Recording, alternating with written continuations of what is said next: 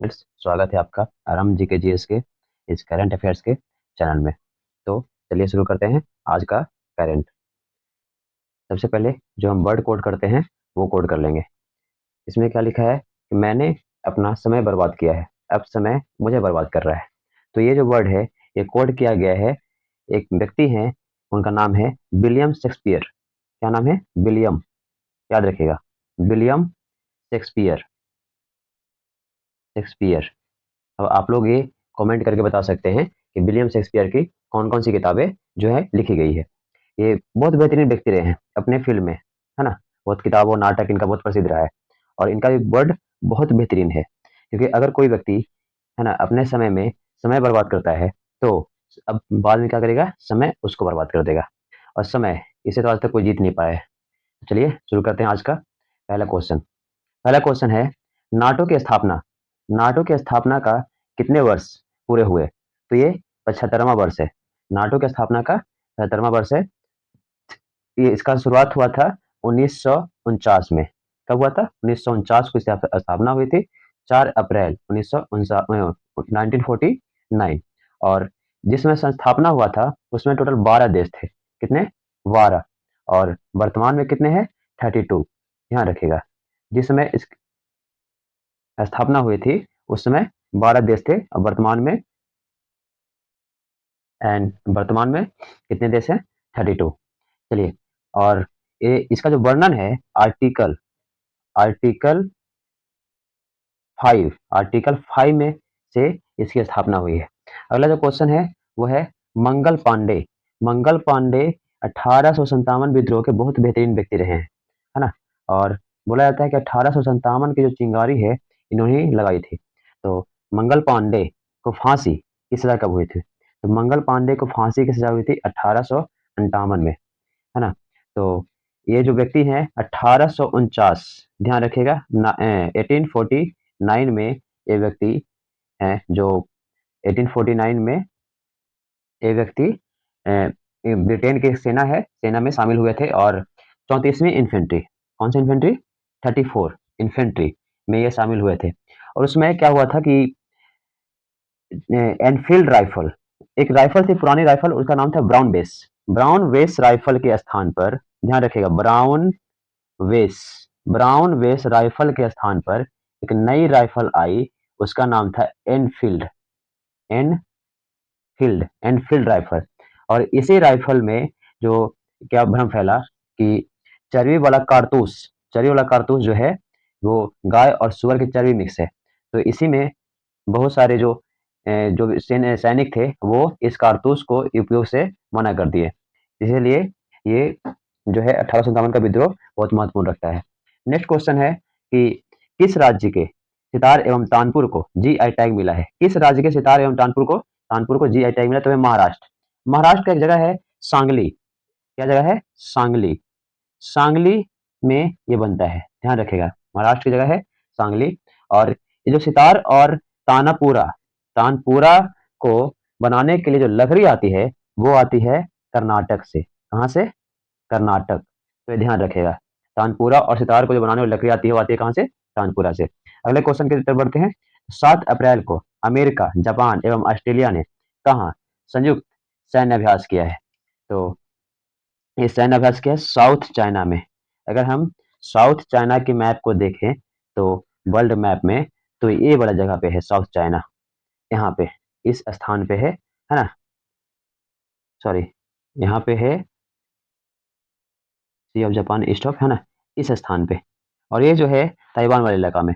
और ये जो है बार बार चाइना जो है इस पर अपना अधिकृत ग्रहण करता है और बोलता है कि ये हमारा है।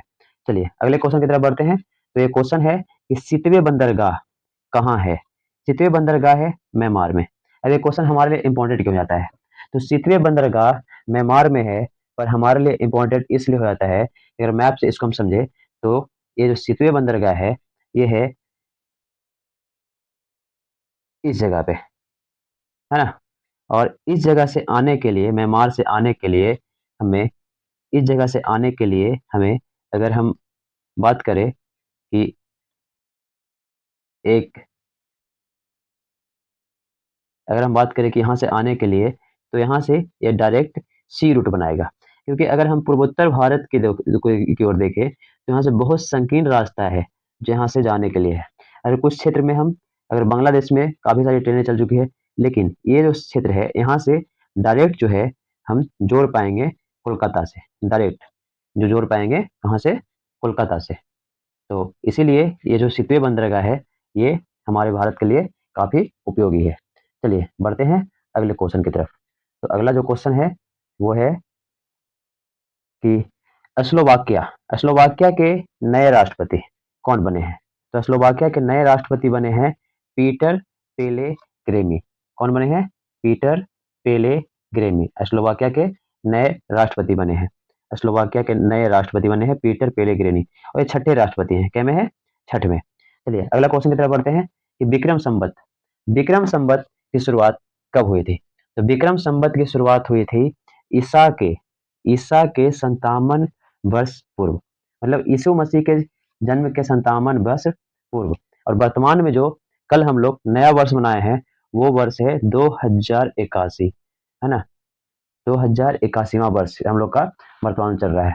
और इसकी शुरुआत किए थे विक्रमादित्य, ये भी ध्यान रखिएगा, इसकी शुरुआत किए थे विक्रमादित्य नामक राजा ने। चलिए अगले क्वेश्चन की तरफ बढ़ते हैं। तो अगला जो क्वेश्चन है वो है शक्ति। अगला जो क्वेश्चन है शक्ति संगीत एवं नृत्य का उत्सव का आयोजन किसके द्वारा किया जाता है? क्योंकि हमारे यहाँ काफी सारे स्थान पर मंदिरों का बहुत प्रभाव रहा है, बहुत ज्यादा, और संगीत नृत्य का तो बहुत ज्यादा उत्सव हमारे यहाँ रहा है।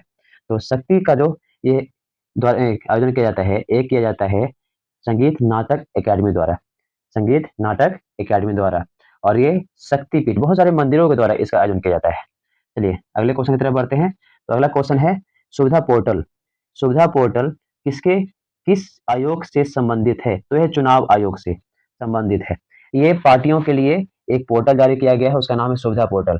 इस पोर्टल में ये भी बोला गया है कि पहले आओ पहले पाओ, मतलब समझ सकते हैं कोई व्यक्ति एक क्षेत्र में रैली करना चाहता है, वहाँ 2-3 पार्टियां हैं, तो अगर वहां पर जो व्यक्ति पहले आता है और 9 से 12 में कोई रैली करना चाहता है तो वो पहले आएगा इस पोर्टल पर और उसको पहले परमिशन मिल जाएगी। चलिए अगला जो क्वेश्चन है प्रोजेक्ट आकाश तीर, इसके बारे में हम पहले भी चर्चा कर चुके हैं। प्रोजेक्ट आकाश तीर ये क्या है? वायुसेना का एक सुरक्षा प्रणाली है। चलिए अगला क्वेश्चन है कि जपोरिया परमाणु ऊर्जा कहाँ है? तो ये यूक्रेन में है और ये रूस का है, ध्यान रखिएगा। किसका है? रूस का। और यह है कहाँ? यूक्रेन में। और रूस ने हाल फिलहाल में अंतर्राष्ट्रीय ऊर्जा एजेंसी के यहाँ एक एप्लीकेशन दिया है कि ये जो परमाणु संयंत्र है ये जो है ये यूक्रेन जो है इसको उड़ाने वाला है, मतलब ब्लास्ट करने वाला है, मतलब खत्म करने वाला है। तो ये एप्लीकेशन दिया गया है और यह है कहाँ? यूक्रेन में ही है, पर यह है किसका? रसिया का, ध्यान रखिएगा। चलिए अगला जो है किस देश में स्वर्ण समर्थित मुद्रा, है ना, जिग नया मुद्रा एक लॉन्च हुआ है, स्वर्ण वाला मुद्रा है, पुराने जमाने का स्वर्ण, और वैसा ही एक मुद्रा लॉन्च हुआ है। कहाँ लॉन्च हुआ है? जिम्बाब्वे में, है ना। तो जिम्बाब्वे में एक मुद्रा लॉन्च हुआ है, उसका नाम है स्वर्ण समर्थित मुद्रा जिग, है ना, वो जिम्बाब्वे में। चलिए अगला क्वेश्चन है कि भारत का पहला निजी क्षेत्र निर्मित पृथ्वी अवलोकन उपग्रह कहाँ किसने लॉन्च किया है? मतलब किस कोई ये निजी है और अवलोकन मतलब उपग्रह का चारों तरफ चकलाने नया है ना, तो इसका नाम है T set 1A। T set कौन सी कंपनी का है? तो टाटा कंपनी का है। टाटा जो रतन टाटा इसके सीईओ है ना। तो नए क्वेश्चन है तो अंतर्राष्ट्रीय महिला हॉकी कोच के सॉरी महिला टीम सॉरी महिला हॉकी टीम के कोच कौन रहे हैं? तो ये रहे हैं हरेंद्र सिंह, नए ये बनने वाले हैं, इनका नाम आ गया है। चलिए अगला जो क्वेश्चन है वो है सुमित नागल किस देश नहीं है, यह है खेल, किस खेल से संबंधित है? तो ये टेनिस से संबंधित है, टेनिस, है ना। और हाल फिलहाल में एटीपी मास्टर में 1000 मैच जीतने वाले पहले प्लेयर हैं, 1000वां मैच जीतने वाले पहले प्लेयर हैं। चलिए बढ़ते हैं अगले क्वेश्चन की तरफ। तो किसके द्वारा वॉइस इंजन का अनावरण किया गया है?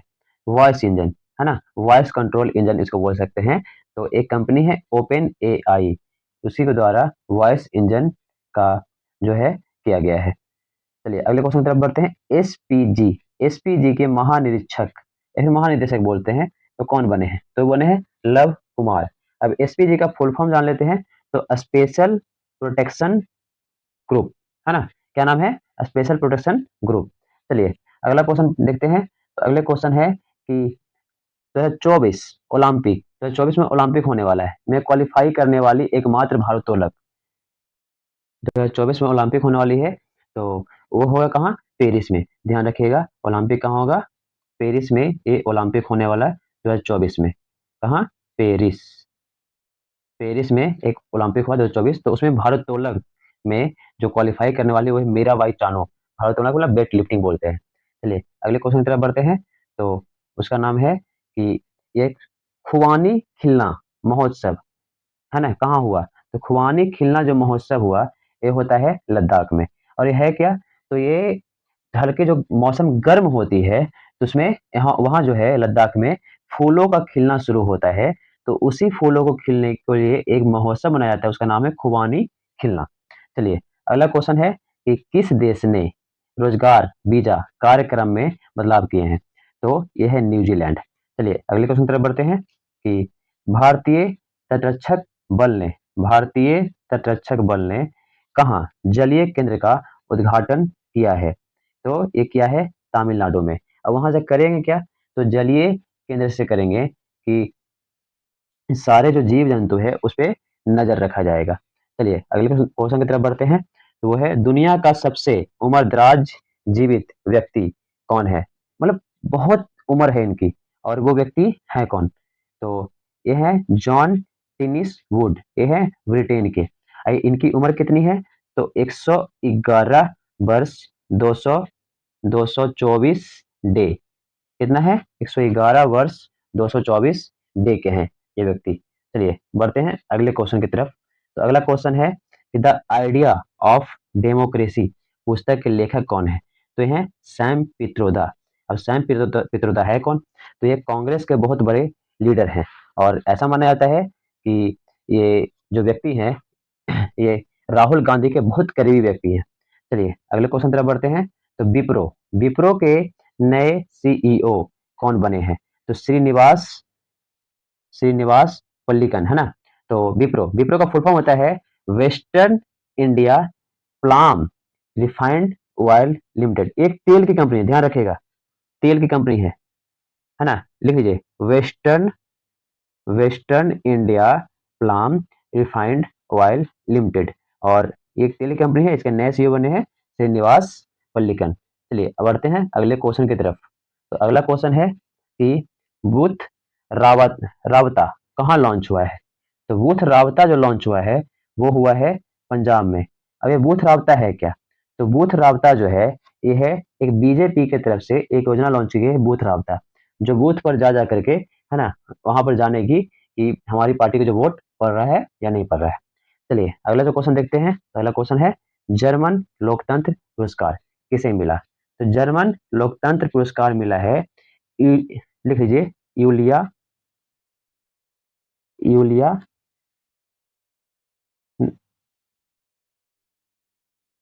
नावलनिया, है ना? यूलिया नावलनिया, इनको मिला है जर्मन लोकतांत्रिक पुरस्कार। चलिए अगला जो क्वेश्चन है कि त्रिसेवा त्रिसेवा सम्मेलन कहाँ हुआ? तो ये त्रिसेवा सम्मेलन जो हुआ है ये हुआ है न्यू दिल्ली।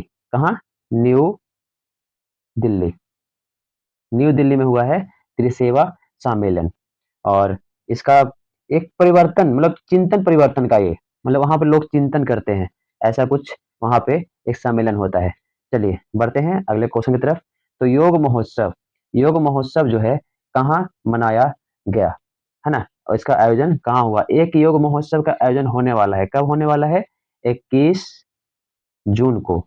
ये हो चुका है ना? ये हाल ही में हुआ है, मतलब ये पुणे में मनाया गया है।